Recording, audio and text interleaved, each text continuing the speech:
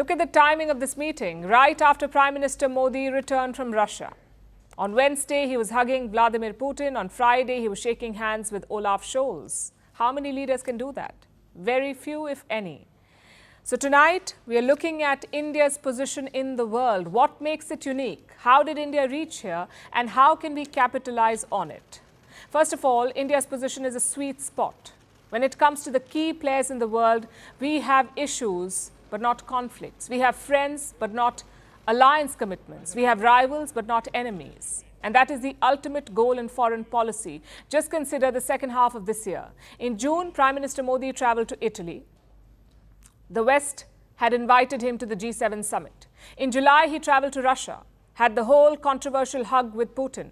In August, he visited Ukraine, expressed solidarity with Zelensky in Kiev. In September, he traveled to the US, met President Biden in Wilmington, also attended the Quad summit with Japan and Australia. Then in October, he returned to Russia, this time to attend the BRICS summit. And immediately after that, he hosted the German chancellor in New Delhi. Just look at the breadth of engagement.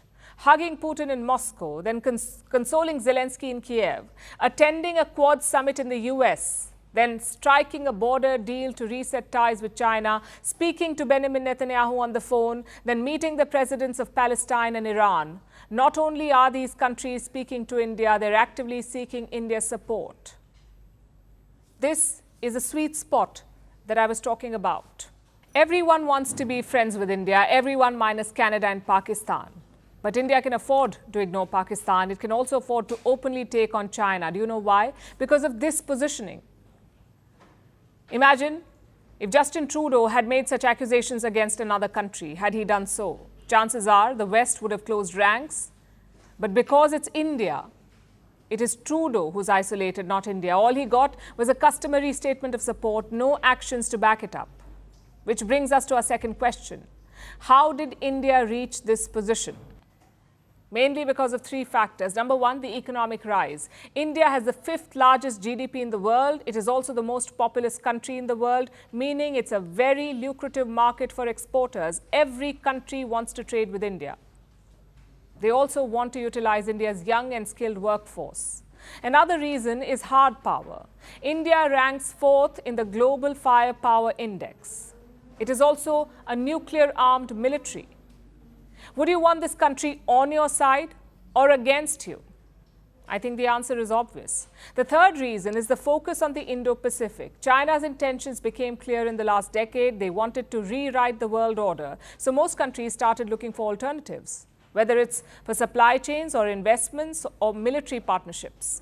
Enter India, a stable democracy, a rising economy, and most importantly, a peace-loving country, which is why India is a cornerstone of Western Indo-Pacific policy. Now to the final question. How do you capitalize on this position? If you're friends with everyone, what do? A, look for gains on both sides, and B, bridge the gap between these different camps. We saw an example of that at last year's G20 summit. India lobbied to include the African Union in the group of 20. It was probably the highlight of that summit. We're also seeing examples in Ukraine and West Asia. India has offered to mediate between the two sides to end the fighting once and for all. Plus, unlike China or the US, India doesn't have a vested interest. It is a broker without bias. Like I said, this is a unique position.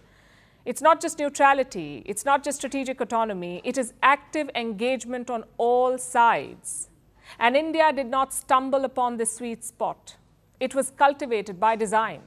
Last year, Prime Minister Modi laid out his foreign policy vision. He said India would be a Vishwamitra, meaning a friend to the world. Foreign Minister Jaishankar later expanded on it. He said India wanted to be a bridging power, and we are seeing that play out live now. India is a bridge between Russia and the West, between Iran and Israel, between BRICS and the G7. It is a unique position to be in, and it's important to capitalize on it, to harness the geopolitical dividend for India. Firstpost decodes the U.S. election, explains how America chooses its president, your primer on the race to the White House,